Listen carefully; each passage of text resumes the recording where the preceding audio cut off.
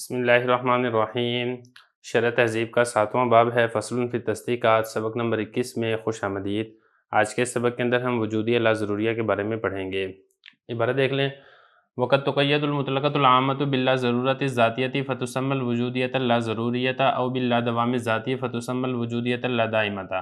باللا ضرورت الذاتیۃ معنی اللا ضرورت الذاتیۃ ان هذه النسبۃ المذکورۃ فی القضیۃ لیست ضروریۃ ما دام ذات الموضوع موجودۃ فیکون هذا حکما بامکان نقیضها لان الامکان هو سلب الضرورت یعنی الطرف المقابل كما مر فیکون مفاد اللا ضرورت الذاتیۃ ممکنۃ عامۃ مخالفۃ للاصل فی الکیف الوجودیۃ اللا ضروریۃ لان معنى المطلقۃ العامۃ هو فعلیۃ النسبۃ وجودها فی وقت من الاوقات ولاستعمالها على اللا ضرورت فالوجودیۃ اللا ضروریۃ هي المطلقۃ العامۃ المقیدۃ باللا ضرورت الذاتیۃ نحو کل انسان متنفس بالفعل لا بالضرورت الى شیء من الانسان بمتنفس بالامکان العام فهي مرکبۃ من المطلقۃ العامۃ والممکنۃ العامۃ احداهما موجبۃ والاخرى سالبۃ۔ ترجمہ دیکھ لیں، اور مطلقہ عامہ کو لا ضرورت ذاتیہ کے ساتھ مقید کیا جاتا ہے، نام رکھا جاتا ہے اس کا وجودیہ لا ضروریہ، اور لا دوام ذاتی کے ساتھ مقید کیا جاتا ہے، نام رکھا جاتا ہے اس کا وجودیہ لا دائمہ۔ لا ضرورت ذاتیہ کا معنی یہ ہے کہ یہ نسبت جو ذکر کی گئی ہے قضیے میں، یہ ضروری نہیں ہے جب تک ذات موضوع موجود ہے، لہذا یہ حکم لگایا جائے گا اس کے نقیض کے ممکن ہونے کا، اس لیے کہ امکان یا سلب ضرورت ہوتی ہے طرف مقابل سے، جیسے کہ گزر چکا ہے، لہذا لا ضرورت ذاتیہ کا مفاد ممکن عامہ ہوگا جو کہ اصل کے کیفیت میں مخالف ہوگا۔ وجودیہ لا ضروریہ مطلقہ عامہ کا معنی یہ ہے نسبت کی فعلیت اور اس کا پایا جانا اوقات میں سے کسی وقت میں اور اس کا لا ضرورت پر مشتمل ہونا، اور وجودیہ لا ضروریہ یہ مطلقہ عامہ ہوتا ہے جس کو لا ضرورت ذاتیہ کے ساتھ مقید کیا جاتا ہے، جیسے کل انسان متنفس بالفعل لا بالضرورت یعنی لا شیء من الانسان بمتنفس بالامکان العام۔ یہ قضیہ مرکب ہوتا ہے مطلقہ عامہ اور ممکن عامہ سے، پہلا ان میں موجبہ اور دوسرا سالبہ ہوتا ہے۔ عبارت ہو چکی ہے، ترجمہ ہو چکا ہے، اب چلتے ہیں اس کی تشریح کی طرف۔ قضایہ مرکبہ میں سے 4 قضیہ مرکبہ ہم پڑھ چکے ہیں، ان جو 4 قضیہ مرکبہ ہم نے پڑھا تھا ان 4 قضایہ میں سے جو مطلقہ عامہ ہے یہ لگتا ہے 4 قضیوں کے ساتھ۔ میں نے آپ کو یہ بھی بتایا تھا کہ جو مطلقہ عامہ ہے یہ مطلقہ عامہ کے ساتھ بھی لگتا ہے، تو مطلقہ عامہ کے ساتھ لگے پلس مطلقہ عامہ، اس کا نام ہوتا ہے وجودیہ لا دائمہ۔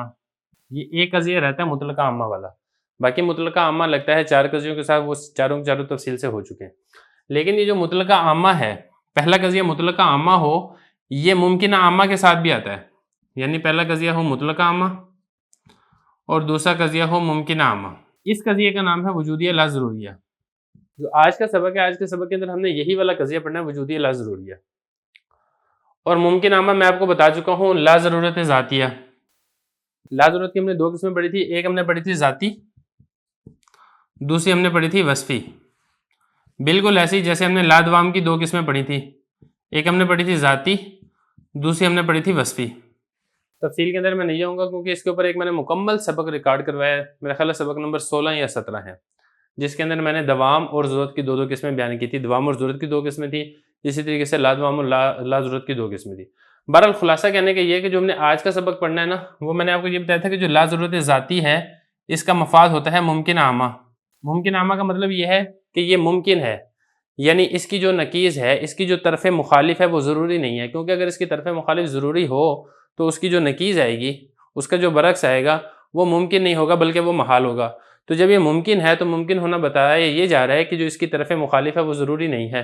اب یہ جو لا ضرورت ذاتیہ ہے یہ مطلقہ عامہ کے ساتھ مل کر آتی ہے، جیسا کہ آپ اس کو یہ کریں، کل انسان متنفس بالفعل لا بالضرورت، اور لا بالضرورت سے مراد کیا ہوگا؟ لا ضرورت ذاتیہ یعنی ممکن عامہ، جیسا کہ میں آپ کو تفصیل سے بتا چکا ہوں۔ تو پہلا قضیہ جو مذکور ہے وہ ہے مطلقہ عامہ، اور جو دوسرا قضیہ جس کی طرف اشارہ کیا جا رہا ہے لا بالضرورت سے، وہ قضیہ کون سا ہے؟ وہ ممکن عامہ۔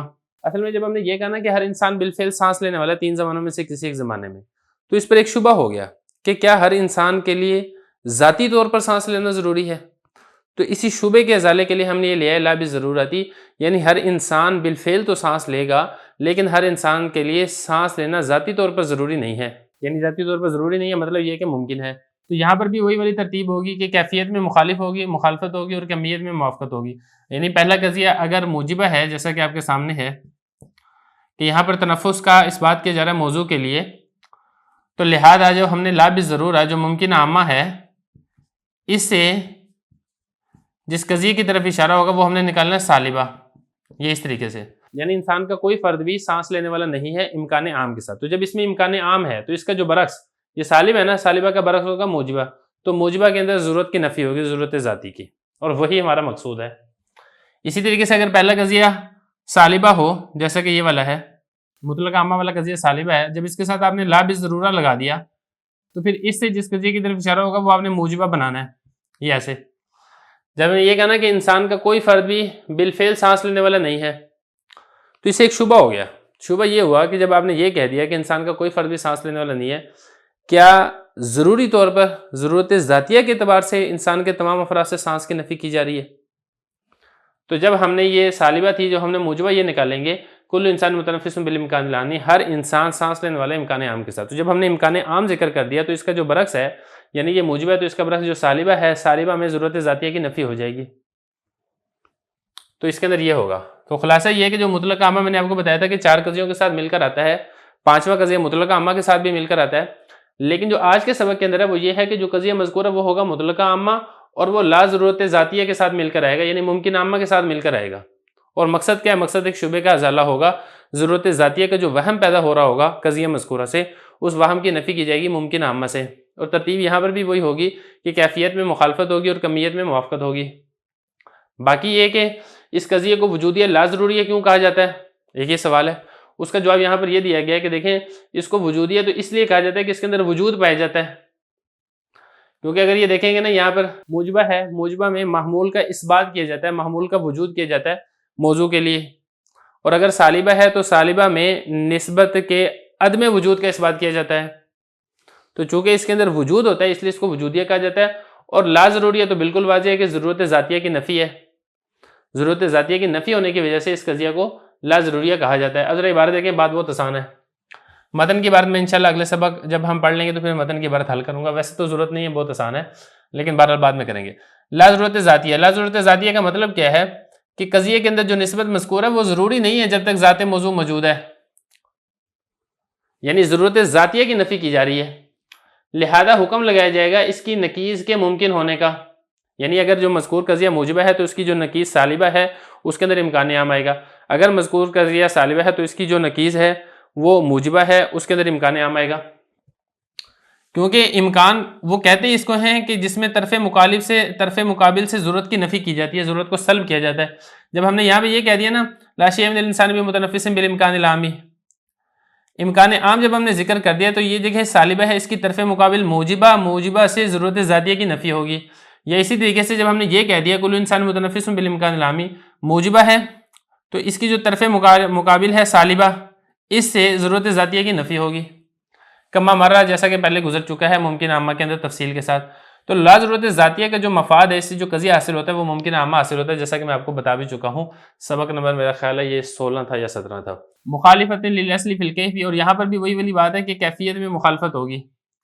اگر یہ آپ نے مذکور قضیہ موجبہ ہے تو آپ نے جو قضیہ نکالنا ہے لا بضرورت سے وہ آپ نے سالبہ نکالنا ہے. اگر مذکور قضیہ سالبہ ہے تو آپ جو قضیہ نکالیں گے وہ آپ نے موجبہ نکالنا ہے. آگے یہ کہ اس کو وجودیہ لا ضروریہ کیوں کہتے ہیں وہ بتا رہے ہیں. کیونکہ دیکھیں مطلقہ عامہ میں نسبت کا پایا جاتا ہے، نسبت کی فعلیت یا فعل ہوتا ہے، یعنی پایا جاتا ہے نسبت، اس کا وجود ہوتا ہے اوقات میں سے کسی غیر وقت متعین میں. تو چونکہ وجود ہوتا ہے اس میں فعلیت ہے، فعلیت کا اس بات ہوتا ہے، اس لیے اس کو وجودیہ کہا جاتا ہے. اور چونکہ یہ لا ضرورت پر مشتمل ہوتا ہے اس لیے اس کو لا ضروریہ کہا جاتا ہے. تو یہ اس کی وجہ اس میں آ گئی، یہاں سے لے کے یہاں تک. آگے ہوتا کیا وہ ساری تفصیل بتا رہے ہیں کہ وجودیہ لا ضروریہ وہ قضیہ مرکب ہے. اس کی تعریف ہوگی اب کہ جو مطلقہ عامہ قضیہ ہو جس کو لا ضرورت ذاتیہ کے ساتھ مقید کیا جائے، جیسے کل انسان متنفس بالفعل لا بضرورت لا شیء من الانسان متنفس بالامکان العام. یہ جو قضیہ ہے یہ مرکب ہوتا ہے مطلقہ عامہ اور ممکن عامہ کے ساتھ، پہلا موجبہ اور دوسرا سالبہ ہوتا ہے. اسی طریقے سے آپ اس کے برعکس بھی کر سکتے ہیں. باقی اب اس میں جو مطلقہ عامہ ہے وہ مطلقہ عامہ کے ساتھ مل کر آئے، جس کو انہوں نے یہاں پہ کہا وجودیہ لا دائمہ، وہ ہم انشاءاللہ اس سے اگلے سبق میں پڑھتے ہیں.